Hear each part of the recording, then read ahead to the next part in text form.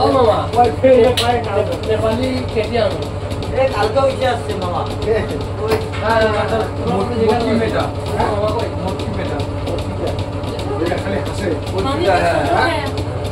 কি বলছে অনেক খায়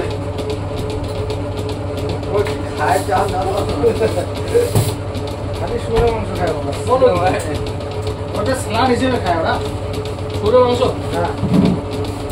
তোমার শুয়োর কিনে কিনে বদলে যাবো নাকি আর জিনিসের দাম বাড়ছে, 250 টাকা ছিল 300 টাকা হয়ে গেছে, 300 টাকা এখন 350 টাকা হয়ে গেছে। একটা দুধ দিত এতটা মনে হতো একটা পাঠিয়ে দিলাম মানে বলতে বারবার থেকে অনেক ঘুরে